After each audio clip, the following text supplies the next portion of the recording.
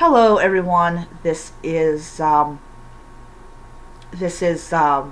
book corner. I totally forgot to grab my Kindle to show this to you, but the title of the book is called Fingersmith, and I'll put down the author's name down below. So, Fingersmith is a Victorian crime novel. And the author is... Now, I didn't know anything about the author. I don't read authors' bios when I read their books because I kind of want to just enjoy the book. I don't care about the author's bio. Unless I'm trying to find out if the author is dead. Like, Lillian Jackson Braun died, and her final book is never going to be published.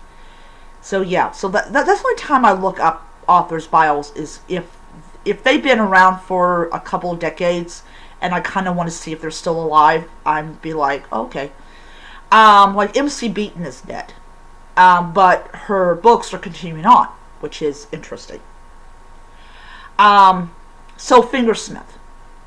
So Fingersmith is a pretty thick book from just like you go down to part 3 and you look at the final chapter. It'll give you a very good general idea of how big the book actually is. I think it's like 533 pages, so it's a pretty thick book. So it's about a girl called Susan, or Sue, who was given over to Miss Truckby.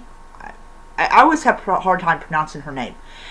She is basically in charge of a den of thieves, and what she does is she raises orphans and teaches them how to be thieves, and they go around and they steal for her and everything.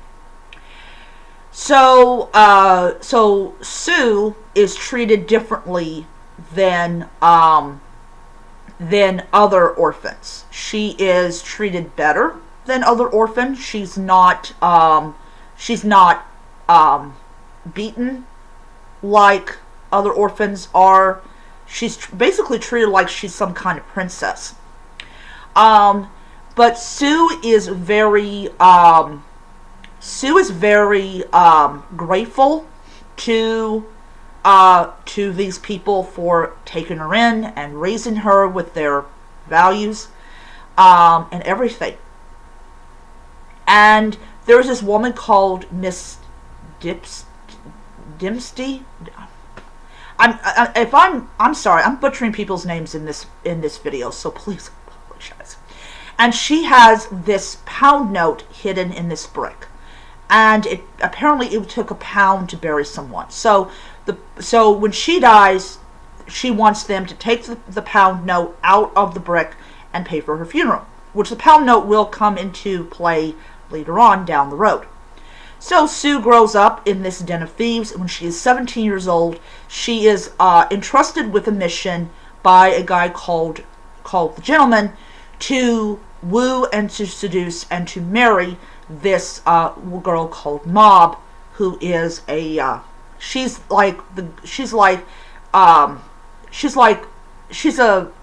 the heir to this fortune, and she is, all that.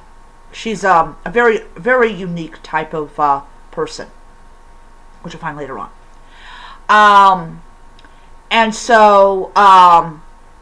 So she's trained on how to be a maid, and they don't tell her everything that's involved in this particular position. And it kind of gives us a window into the lives of people that are in money.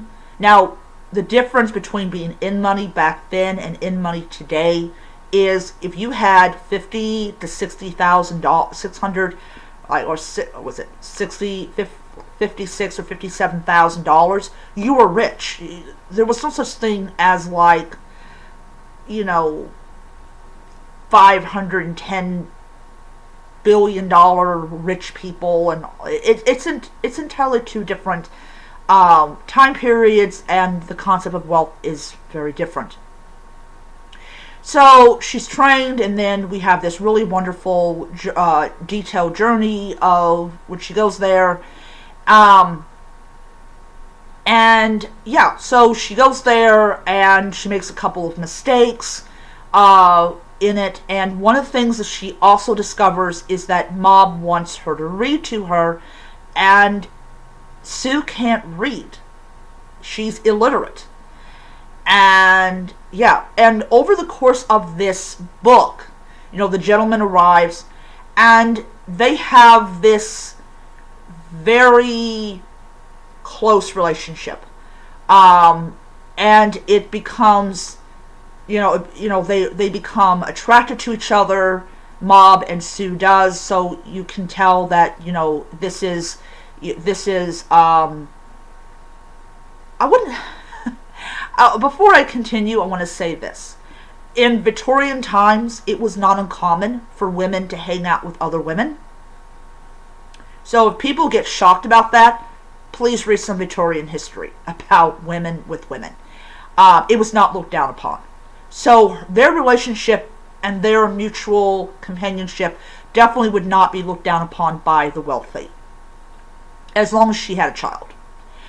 So as time progresses on, we all find out that Mob is not related in some kind of sense with the owner of the house. She is actually the head of, she's not the head. She's the daughter of the head of the Den of Thieves. And Sue is actually supposed to be the lady of the house. But when gentleman ends up getting killed because he decided to, in essence, double cross them both, yeah. Because I was wondering myself, is this going to totally blow up in their faces? Just a thought. And everything just unravels. Sue loses everything that she has ever held dear. And she discovers the last will and testament of the previous lady of Briar Manor. And so, to the £1 note, it is exactly how much you need to board the train to Briar. And,